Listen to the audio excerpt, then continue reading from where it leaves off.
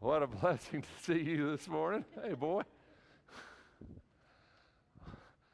I hope you've had a good Fourth, and I hope that you've been able to enjoy some time with your family and maybe see a few fireworks if that's your thing.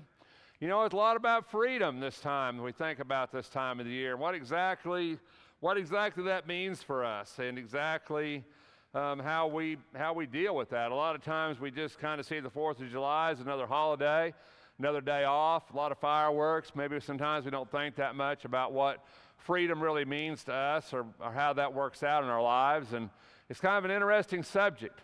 I was kind of chasing rabbit holes this week and looking at the Constitution and the Bill of Rights and the Declaration of Independence and kind of reading through all that again. It's been a long time since I sat down and just read all of that. You know, but it's interesting in this Declaration of Independence. It says, we hold these truths to be self-evident, that all men are created equal, that they are endowed by their Creator with certain inalienable rights, that among these are life, liberty, and the pursuit of happiness. You know, I thought a lot about that word freedom, the word freedom, and I thought I was going to look that up. So I looked in the Declaration of Independence, the Bill of Rights, and Constitution, and is the word freedom in there anywhere? Well, of course, in the First Amendment to the Constitution, it says we have freedom of speech, freedom of religion, freedom of the press, freedom to assemble. But other than that, the word freedom really doesn't occur in any of those documents. I mean, you might say, well, that's an overarching theme or that's a thought, but the word freedom actually doesn't appear in any of that. But the one word that does appear is this word liberty, life, liberty. And I thought a lot about that. What does that mean? You know, and what does it mean for us as Christians? Because we talk a lot about our freedom in Christ, and Christ died to set us free, and we use that word a lot, don't we? You know, I often think that freedom is kind of a word that's maybe kind of hard to define sometimes. So I kind of looked this up, and I thought, well, what's the difference in that? What's the difference between liberty and freedom? You know, we live in a land of liberty. And I thought that's kind of interesting. The Bible uses that word liberty sometimes. It says liberty often emphasizes political and legal rights, freedom from oppressive governmental restrictions, and the ability to act within the framework of laws that are agreed upon and considered just. It often implies a responsible use of freedom while respecting the rights of others. You know, and I think the word freedom, to me, freedom means freedom from everything, right? Just do what you want, when you want. Don't have to answer to anybody, no moral or ethical obligations. It's just freedom. And I think that's kind of not what we have, right? Because we're all governed by laws, we're all governed by rules, we all live in this structured society. And so even though we say we have freedom, well, we do, but then again, maybe more than that, maybe we have liberty, right? Freedom can have a broader application encompassing personal autonomy, the ability to act according to one's own will and desires without external interference. And I thought, you know, don't think in my life I've ever had freedom. I mean, actually, I don't think I ever have. Because my whole life I've had to work within the constraints of something, either my parents' rules, the laws of the land, the laws of the school I was in. And I'm trying to think in my life if I've ever really had true freedom. You know, and to me, I think my idea of freedom is a full tank of gas and an empty highway and no place to go. That's my idea of freedom. You know, so that's why I put that highway, because that to me, that's always kind of freedom to me. I'm kind of an Eagles guy, you know, put me on a highway and show me a sign and take it to the limit one more time. That's kind of the direction, you know, that's my idea. But, you know, I've always had to operate within those constraints, and you have too. So even though we say, well, we're a free nation, and I guess that's true, we have a lot of freedom here, but the truth is we're really not free. I mean, are we? We're still governed by laws and rules and regulations, and we still pay taxes, and we still adhere to the government, and we still, right? But we do have liberty, right? We have agreed upon a way to be free. We've agreed upon a freedom. We've agreed upon these laws and these rules that kind of put us in place that we respect, and we respect each other. So we have freedom to a sense, freedom within a sense, within a bound. I thought a lot about that when I was thinking about our relationship with Jesus and our relationship with God. You know, in 2 Peter 2:19, it says, promise them freedom while they themselves are slaves of corruption. For by what a man is overcome, by this he is enslaved. You know, I thought a lot about slavery, so I kind of looked that up too, because I'm kind of chasing these rabbit holes, right? Chasing these rabbits down these holes, I should say. And so I'm thinking a lot about that, and so I looked that up. Slavery. What's slavery? You know, and you and I think when we think of slavery, we probably think about slavery in this country or the owning of people, and that's called chattel slavery. In other words, where people are like property and you own that. But that's not all that slavery is. And so now we talk about modern slavery. There's modern slavery, human trafficking, forced labor, arranged marriages. We talk about that type of thing. And we talk about slavery being that. And when Peter talks about this, he says they're promising them freedom, but they themselves are slaves of corruption. You know, the world does that, doesn't it? It says, boy, if you have this, if you have this, if you have this, life's going to be good. You're going to have this freedom. You're going to have freedom from things. And it's funny because all the things I've put in my life that were supposedly going to make my life better have actually taken away my freedom. And it really kind of bothers me sometimes, you know? I mean, I have a house, and that house takes away my freedom, and I have a car, and it actually takes away my freedom. You know, everything you really kind of have, it actually takes away from your freedom, doesn't it? It doesn't really free you. It kind of restricts you. It restrains you. It gives you responsibilities, and it gives you things that you have to do and duties that you have to perform. And when you think about that, you think, what is my life? You know, what have I been overcome by? You know, in the scriptures, we look a lot at sin. The idea of sin overcomes us, or addictions. We think about that sometimes, by what a man has overcome. And we think, well, what does that mean? You know, what's overcome us? But you know, when I think about my life and I think about the stuff that's overcome my life, things, responsibilities, relationships, all these things in my life, and it does enslave us, doesn't it? We become slaves to those things. We serve those things. We serve them. And so many times in life, we're the ones serving, not being served. And it's kind of an interesting thought. And as I thought about this in the Bible, I thought that we're a slave of sin, John says. And I kind of tried to put that in my life a little bit. And I think, well, you know, I don't really think I'm a slave of sin. I mean, I don't really think I'm a sinner per se. I mean, I hope I'm not. But I understand the point of what Jesus is saying. And this is Jesus' words in John 8. And it says, truly, truly, I say to you, everyone who commits sin is a slave of sin. And I tried to kind of put my head around that thought a little bit. And then I kind of went to Romans. Romans 3, it says, all have sinned and fall short of the glory of God. You know, in other words, all of us have sinned. And it's interesting, though, when I think about this idea of being a slave of that. That's something as a Christian we should not be. We should never be a slave of sin, should we? That's something we should do away with. We should put away. We shouldn't be something that's in our lives. You know, sin can do that to us, can it? It can be that thing that always seems to pull us back away from God, always seems to pull us in the wrong direction. And there's so many avenues that it can do that, so many ways that it can do that. And it's something that I thought about. You know, I'm always going to be a slave to something, aren't I? I mean, aren't you? You're always kind of going to be a slave to something, if you think about it. You're always going to be serving something, even if it's just yourself. You're always going to be doing that. And I thought, that's kind of a weird thought when I think about it. You know, I've always said this, and I believe it to be so true, and that's that we only have so much time, so much energy. There's only so much of you, only so much of you. And everything we put in our life, it takes a piece of you, everything. Every relationship, everything you own, everything you have, everything you're responsible for, every duty you have, takes a little piece of your life, doesn't it? A little piece of it. And if you laid all those pieces out and you saw how all that was divided up at the end, is there a God piece left in your life? Or are you simply serving everything else in your life that's demanding your attention? You know, I've worked way too much in my life. People that know me know that's true. I know that's true. I've spent way too many hours working in my life. That's true. And you know, I've been home late a lot in my life. Sometimes I worked all night, never came home. And I've went to work early, and I've worked from the sunrise to the sunset. I've done all those things in my life. And you know, every time I did that, I took something from somebody to do that, for that job. I took something from my kids. I took something from my wife. I took something from somebody to pay something else, didn't I?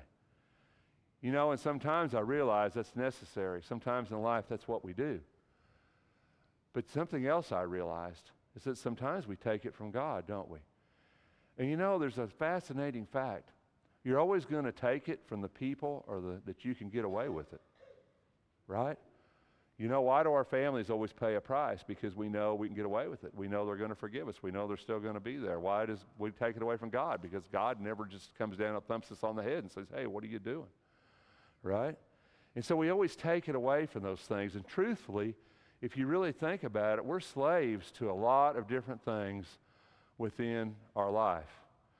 You know, in John 8, Jesus says, I always thought it was kind of interesting because I kind of jumped back on this. I was at 8:34, but then I jumped back up. In John 8:31, it says, Jesus was saying to those Jews who had believed him, if you continue in my word, then you are truly disciples of mine, and you will know the truth, and the truth will make you free. You know, to me, that's always been a very pondering passage of the Bible. I look at that passage, and there's so many questions I ask myself with this. You know, I know who he's talking to, and I know the principle of what he's saying. He's talking to these Jews, and he wants them to see the truth that he's the Son of God, the truth that he's the Messiah. He wants to set them free from the law, from the regulations of the law of Moses. But on the other hand, I know when they see the truth of Jesus, there's a law involved there too. There's a life involved there too. And it's kind of interesting how Jesus phrases it. We say that a lot. You will know the truth, and the truth will set you free. And I guess essentially that's true. The truth is freeing to a sense, or maybe restricting. It depends on how you look at it. But Jesus' idea is that if we know the truth of his word, the truth of what he is, the truth of what he's about, it's going to set us free. And then I say, free from what? What are you setting me free from, God? What are you setting me free from? Because when I become a Christian, when I put Christ on in baptism, when I'm obedient to the gospel of Jesus Christ and obedient to what he wants me to do, truthfully, I'm bound to that. I'm not necessarily free from all that. And I'm thinking, what will you make me free of? And I know what he was saying to them, and I also really know what he's saying to me. He has set me free from a lot of things in my life. He set me free from my past.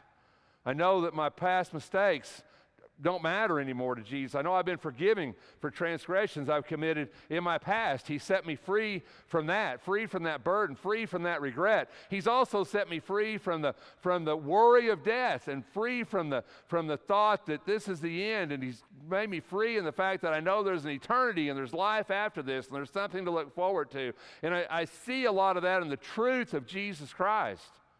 And that truth essentially set me free from a lot of the things that really can bother me in this life, in this world. But I also know that it's an obligation I have because my freedom wasn't free. You know, when you think about us in the United States and our country, and all of you know the history of our country, and you know, we all see these things, and you've probably been seeing them on Facebook, all these different things about our freedom and the price of freedom.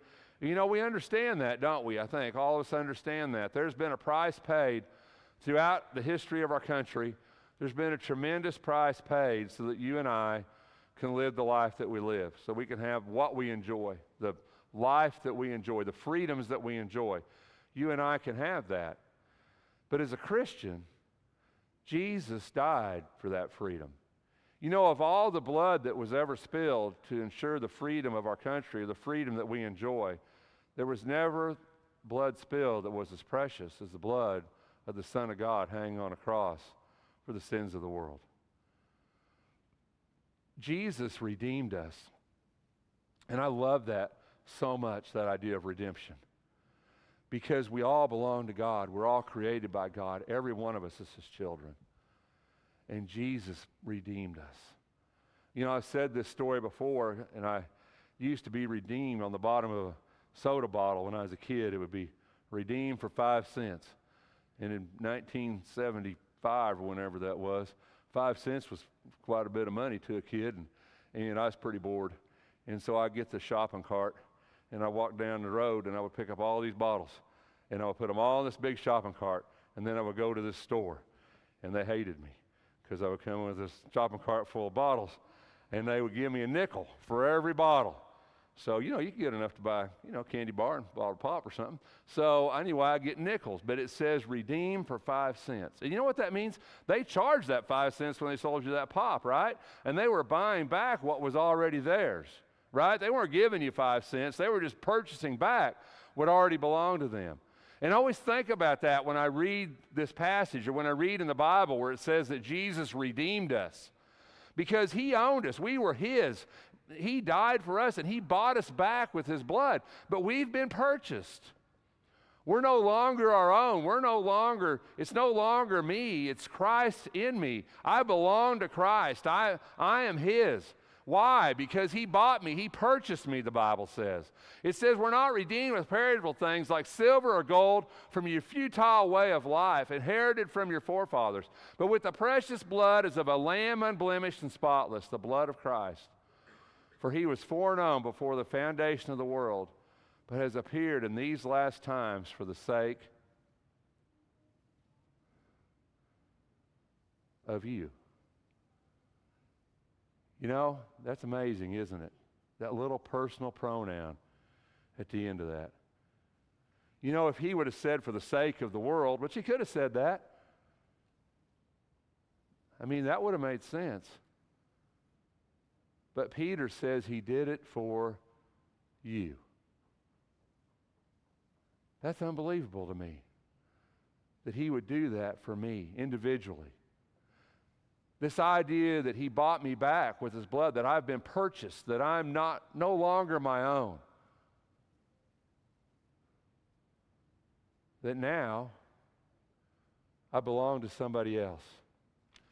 You see, freedom is an interesting statement, isn't it? When you think about it and you say, well, I'm free, but you're a citizen of the United States of America. You have to abide by its laws, don't you? You have to abide by its rules. You have to pay taxes. If not, we get in trouble for that, right? We have to pay multiple taxes to multiple people multiple times. Otherwise, we get in trouble with that, right? We pay tax on top of tax. Somewhere in all that I read, it says double taxation was not right, but I guess we forgot that along the road somewhere. But we still have an obligation. When we become a Christian, it's not just about being a Christian. It's not just about becoming a Christian. It's not just about being saved. It's about the life you live after you're saved. It's about the law, the rules, what you subscribe to, who owns you, what you belong to. As much as I'm a citizen of the United States of America, and because of that, I'm going to keep the laws of this land. I'm a citizen of the kingdom of heaven.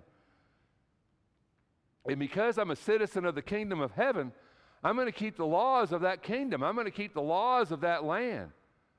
Yes, Christ set me free. Christ gave me liberty. Christ gave me liberty. He gave me the ability to have freedom within the constraints of a system, within the constraints of a law, within the constraints of his commands, the constraints of what he desires us to do and act and live and who he desires us to be, because I'm no longer mine. Jesus Christ has bought me. He's purchased me with his blood, and I no longer belong to myself. I now belong to another. Jesus says, and the Bible is really plain, that we're going to be slaves of something. We're going to serve something in this life. The Bible's very clear about that. We are going to serve something in our life. The question we have to ask is, what are we going to serve? Who are we going to serve? Because that's a question that has eternal consequences in our lives. In Galatians 5, it says, for the flesh sets its desire against the Spirit, and the Spirit against the flesh. For these are in opposition to one another, so that you may not do the things that you please. Paul says that there's always a battle with us, right? A battle between the flesh and the Spirit, between what's right, between what I want to do and what God wants me to do. There's always a battle. There's always a war. You know, life is full of conflict, isn't it? Conflict of all kinds. But the biggest conflict in my life is time. I don't know about yours. The biggest conflict in my life is time. And where do I spend it? And who do I spend it with? And how do I use it? Because I only have so much. And you do too. There's only so many minutes in a day. So many hours. Where do we spend it on? Are we free, really? I don't know. I mean, I think when I got to the end of this, my big conclusion was we're never truly free of anything, but we really have to choose what we're going to be a slave to. We really have to choose who's going to own us. We really have to choose how I'm going to spend my time, my days, my hours, my minutes, who's my allegiance to. You know, I'm proud to be a citizen of this country. I've never been a citizen of another country. I don't know that I could compare it to another country. I don't know that I could do that. I've never been a citizen of another country. But I'm most proud to be a citizen of the kingdom of heaven. I'm most proud of that. Because at some point in my life, I wasn't a citizen of that. I was outside of that. I was outside of Christ. I was outside of His love and His grace and His mercy. And at some point, I made a decision to be a citizen of heaven. Wouldn't it be fascinating if when you were born, and you just came out and you're a new little baby? Now this assumes that babies could talk and have cognition and all that. I understand that, which we know they don't. But wouldn't it be interesting as when you were born, they would just put up all the countries of the world and everything they were and just let you choose? Say, where do you want to be? Right? Where do you want to be? I don't know. Where will we choose? Maybe here. There's some pretty good places in the world. I don't know. But I don't have a choice. I was born here. I'm a citizen of this country because I was born here. This is the only place I've ever lived. This is the only citizenship I've ever had. When I was a young kid in grade school, everybody said this was the greatest country on earth, and that's what we've all grew up here, and I guess we believe it. I don't know that we've ever really looked at that. But I do know one thing. I made a decision to be part of the kingdom of heaven because I looked at all the other things out there, and I said, this is where I want to be. This is what I choose to believe. This is where my faith lies. And this is the person that I want to be. And I made a decision. I made a decision to be part of this kingdom. You know, I looked, this was really interesting to me. Paul and James and Jude and John all started these letters with the same exact words. A bondservant of God. Every one of them said that. Paul, a bondservant of God and an apostle of Jesus Christ. James, a bondservant of God and of the Lord Jesus Christ. Jude, a bondservant of Jesus Christ and brother of James. Revelation, John says, by his angel to his bondservant John. You know, all these guys, they knew who they served. They knew who they owed their allegiance to. They knew. Even though Jesus says, you know the truth, and the truth will make you free, all these guys says, I'm a bondservant to God. I'm a bondservant to Jesus Christ. I owe my allegiance. He paid for me. He purchased me. I belong to Him.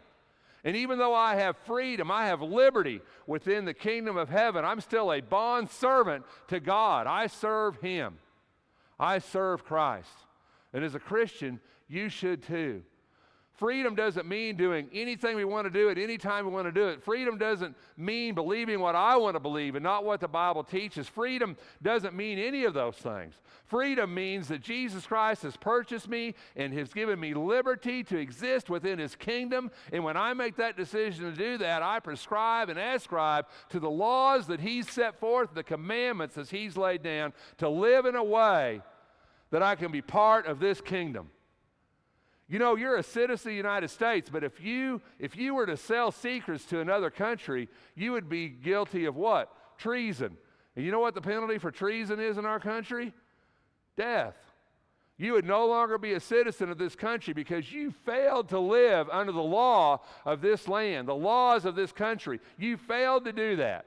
So you no longer have citizenship or the protection of citizenship as an American citizen because you failed to do it. What would be different with the kingdom of heaven? When we're part of the kingdom of heaven, we're there because we have ascribed and committed to the laws and the commands of Jesus Christ to exist with one another in the kingdom of heaven. And if we don't do that, if we don't hold those laws and those commandments and those things, then we're not part of that kingdom. We've set ourselves outside of it because we stepped outside of the liberty that Jesus Christ has given us. Jesus Christ did not die on a cross so that we could all do what we wanted to do. Jesus Christ did not die on a cross so Rex could be the best Rex. Jesus Christ died on a cross so that you and I as a group could get to heaven by being the people that God meant for us to be. Jesus Christ died on a cross so that you and I could try to be and look and act like Him. That's a big thing. The world sees Jesus like this universal salvation. Everybody's going to go to heaven. Everybody's going to be saved. God can't condemn people. Those are just wrong answers to this. Jesus Christ has given us a way to live. He's given us a way to act. He's told us the people that we should be. And He says, if you're part of my kingdom, you need to keep my commandments. At the end of the Sermon on the Mount, you know what He said? He said, many will say to me on that day, Lord, Lord, did we not prophesy in thy name, and did we not cast demons in thy name, we not do miracles in your name? And Jesus will say, depart from me, you who work iniquity, I do not know who you are. You ever thought about that statement? Jesus said, it's right at the end of the Sermon on the Mount, right? And Jesus says, the wise man builds his house upon the rock and listens to these words of mine, and the foolish man builds his house upon the sand and doesn't listen. People who don't realize our role in the kingdom, they're not listening to the words of Jesus Christ. They're listening to their own words. They're listening to somebody else's words. You and I, we have an obligation to do that. You know, I'm kind of ashamed in a way. I don't think I'd read the Declaration of Independence probably since I was in high school, maybe college, I don't know. I haven't read the Constitution in a while. And you know, I went through the amendments of the Constitution, and there's some of them, I swear, I kind of forgot. I'm kind of ashamed. I mean, I'm a citizen of this country. I should know what the law is. I should know what the Constitution says. I should know these things. I mean, I'm part of this kingdom. I'm part of the kingdom of the United States, right? I should know the law. We're part of this kingdom, the kingdom of heaven. Do we know the law? Right? It's right here. Do we know it? Have we read it? Do we know what it says? Do we know what it means? Do we know how to live it? I don't know. I just think it's interesting, don't you? That if we're members of this kingdom, we should know what it's about. We should know how to act. Because it's not freedom to do anything. What shall we say then? Shall we sin because we are not under law but under grace? May it never be. Can we do what we want to do because Jesus died for us? Because Paul says no. Do you not know that when you present someone as slaves for obedience, you are slaves to the one whom you obey? Either of sin resulting in death or obedience resulting in righteousness. But thanks be to God that though you were slaves of sin, you became obedient from the heart to that form of teaching to which you were committed. You know, I just said we got to know the law, right? We got to know the rules. Listen to what Paul says. Read that again. Thanks be to God that though you were slaves of sin, you became obedient from the heart to that form of teaching to which you were committed. And having been freed from sin, you became slaves of righteousness. See, the Bible never says that we're free to do whatever we want. Jesus says, I set you free from sin. I set you free from your past. I set you free from the law of Moses. I set you free from all these things. But when I set you free from that, I put you under a new law. I put you in a new kingdom. I put you in a new system. And for you to be my child, for you to be in that kingdom, you've got to act within the rules and the laws of this kingdom. And in order to have that, you have liberty, but you don't have freedom. I kept coming back to that idea. I've got liberty, but I really don't have freedom. And I think that's true. I think that's even true in this country. I have freedom to do a lot of things within the constraint of law. I have liberty, I think. That's the best I can come up with. And I think that's the same way it is in God's kingdom. I have liberty within God's kingdom. James 1:25 says, but the one who looks intently at the perfect law, listen to what he says, the law of liberty, and abides by it, not having become a forgetful hearer, but an effectual doer, this man shall be blessed in what he does. You know, when I found that verse, I thought that just sums it up, doesn't it? The one who looks intently at the perfect law, the law of liberty. And I asked myself, what is the law of liberty? What is the law of liberty? Because I need to abide by it. I can't become a forgetful hearer, but an effectual doer. The law of liberty is the law of Jesus Christ. Thou shalt love the Lord your God with all your heart, with all your soul, with all your mind, with all your strength. Thou shalt love your neighbor as yourself. Thou shalt be obedient to my teachings. Thou shalt be a slave to my righteousness. To live a good life, to live a just life, an upright life, to the best of our ability to serve Christ and his cause, to lead others to Jesus. Freedom is a weird word, I've determined. A weird word. And I don't know that I've ever been free in my entire life. Really. But I do know that in my life I've enjoyed tremendous liberty because of the country that I live in, but mostly because of the God that I serve. And I think all of us maybe at this time of the year, as we think about this a little bit, and we think about this country, and we think about what this country means to us, or doesn't mean to us, or however we view it, maybe we need to be thinking about our heavenly country, the kingdom of heaven, and about eternity. Because as much as this matters to us, heaven should matter more. God should matter more. So I hope this morning you think about it a little bit. The liberty in Christ, it frees us from the penalty of sin and gives us eternal life. But we assume the responsibility to act within the framework of the law of liberty by keeping the commands of Christ revealed in his word. Christianity is not about where you start, although that's important. It's about how you finish. It's about being that person that at the end of your life, when you stand before Jesus, he says, well done. You did good. I think that's what we all want. We want Jesus to say, you did good. So I hope we live our lives in such a way that he's able to say that. If we can help you in any way this morning, won't you let it be known while we stand?